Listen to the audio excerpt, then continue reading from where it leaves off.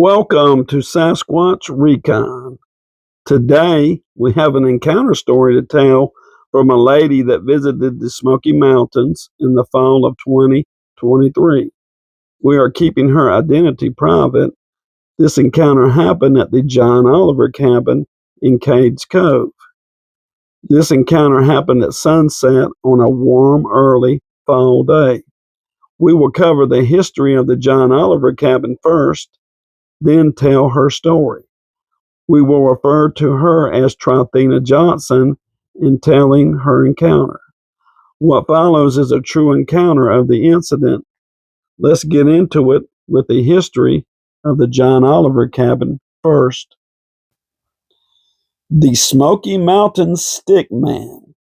Once upon a time in the rolling foothills of the Great Smoky Mountains, there stood a humble log cabin known as the John Oliver cabin.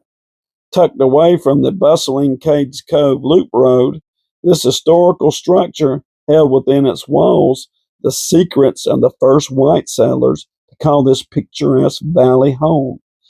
John and Lucretia Oliver had ventured into the untamed wilderness of Cades Cove in the 1820s, seeking a new beginning far from the constraints of civilization. As they settled into their new home, they were faced with the harsh realities of pioneer life. With no grist mill to grind their corn, Lucretia found herself laboring day in and day out, pounding cornmeal with nothing but a mortar and pestle. The fear of starvation lingered in the air, threatening to consume her spirit. Despite the hardships they faced, the Olivers persevered, building a life for themselves in the midst of the dense forest and towering mountains of Cades Cove, Tennessee. Their log cabin, constructed with care and ingenuity, became a sanctuary from the harsh realities of frontier life. Not a single nail or peg held the structure together. It stood sturdy and strong, a testament to the resourcefulness of its builders. As the years passed, the National Park Service took control of the cabin, preserving it as a lasting tribute to the pioneers who had first called Cades Cove home. Yet it was one of the last historical structures to be vacated in Cades Cove. The Olivers had kept it in their possession for over a century.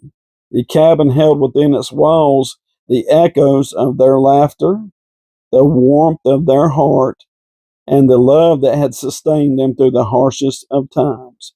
Today, visitors flock to the John Oliver historical cabin, drawn by its simple beauty and rich history. As they wander through its weathered rooms and creaking floors, they catch glimpses of a bygone era, a time when the land was wild and untamed, and the spirit of adventure beckoned to those brave enough to answer its call. But amidst the whispers of the past, there lingers a sense of mystery, a feeling that the cabin holds more than just memories within its walls. Some say that on quiet nights, when the moon hangs low in the sky and the wind rustles through the trees, the spirits of John and Lucretia Oliver still walk the forest paths, their presence felt in every shadow and every flickering flame. As the sun began to sink below the Great Smoky Mountains in Cades Cove, casting shadows over the secluded John Oliver cabin, Trithena couldn't wait to check out the old cabin. She had heard rumors of ghosts that haunted the place, folks wearing old-time clothing, there, then gone, and scaring the tourist. But she didn't believe in the paranormal. Those stories were made up to be told around the campfires. Of course, that's what it is. She knew that. As Trithena made her way through the ever-darkening woods, she saw the cabin in the light of the dusk. It was so beautiful. She stopped, gazing at the historical cabin, and smiled. Suddenly, she caught sight of a tall, thin figure, dark and foreboding. It stood motionless on the porch in the fading light. Its thin and elongated form seemed to blend seamlessly with the shadows, making it difficult for Trithena to discern any features. She felt a shiver run down her spine as she watched the figure suddenly dart off the porch at a high rate of speed and silently vanish into the surrounding woods. Trithena hesitated for a moment before mustering up the courage to approach the cabin. She went inside cautiously. It was quiet and still. Slowly, she started to hear the sound of breathing coming from within the cabin, causing her heart to race with fear.